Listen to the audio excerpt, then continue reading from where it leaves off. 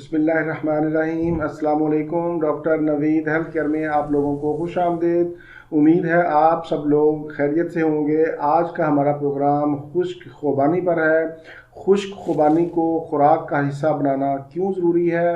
आज के प्रोग्राम में मैं खुश्क खुबानी के हवाले से चंद दिलचस्प फ़वाइद आपके सामने रखूँगा और इसके साथ साथ खुश्क खुबानी को खाने का बेहतरीन तरीका भी आपको बताऊँगा। देखने को तो ये एक छोटा सा दाना है, लेकिन अपने अंदर सेहत का ख़जाना छुपाए रखता है। इससे वही लोग फ़ायदा उठा सकते हैं जो इसके बारे में बखूबी जानते हैं।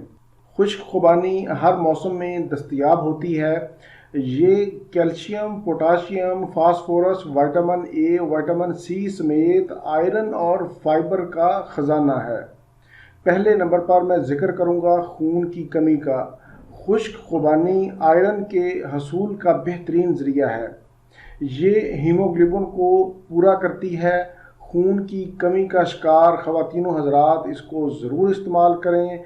ऐसी ख़वातीन जो मखसूस अय्याम में खून की कमी का शिकार हो जाती हैं वो खुबानी ज़रूर खाएं। ऐसे लोग जिनकी जिल्द और चेहरा ज़र्द हो जाता है, हर वक्त थकावट का शिकार रहते हैं, उनके लिए भी खुश्क खुबानी बेहद मुफीद है। खुश्क खुबानी में ऐसे अज्जा भी पाए जाते हैं जो नज़र को तेज़ करते हैं, मोतिया के ख़तरात कम होते हैं। उम्र बढ़ने के साथ जो कमज़ोरी होती है उसमें भी बेहद मुफीद है। फाइबर की भारी मिकदार कोलेस्ट्रॉल को कम करती है, दिल को मजबूत और सेहतमंद रखती है और इसके साथ साथ मोटापा भी कम करती है।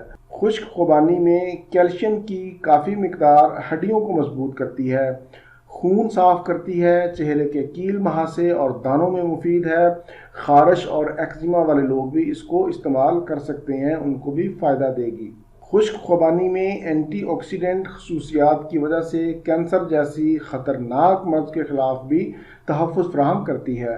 खुश्क खुबानी में क्योंकि पोटाशियम काफ़ी मिकदार में पाया जाता है, तकरीबन केले की निस्बत 3 गुना ज़्यादा पोटाशियम इसमें होता है, जो हाई ब्लड प्रेशर के लिए बेहद मुफीद है। दिल की धड़कन को कंट्रोल करती है।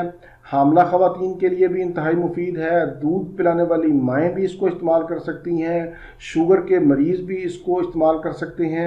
अब मरहला आता है कि इसको किस तरह खाया जाए, किस तरह इस्तेमाल किया जाए। 4 से 5 अदद खुश्क खुबानी रात को अच्छी तरह धोकर पानी में भिगो दें। पानी इतना डालें जिसमें खुबानी अच्छी तरह भीग जाए। सुबह उठकर इसकी गुठली निकाल दें और उसी पानी में अच्छी तरह ग्राइंड करके पी लें। ग्राइंड ना करना चाहें तो वैसे ही अच्छी तरह चबा कर खा लें और ऊपर से पानी पी लें।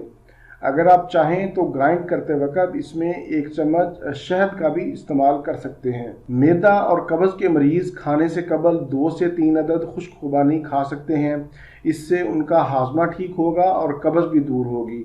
ये था मेरा आज का खुश्क खुबानी के हवाले से प्रोग्राम। उम्मीद है आप लोगों को पसंद आएगा।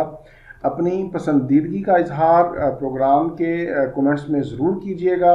इसी के साथ ही मुझे इजाज़त दीजिए। अपना, अपने अहले खाना और अपने दोस्तों का बहुत ज़्यादा ख्याल रखें।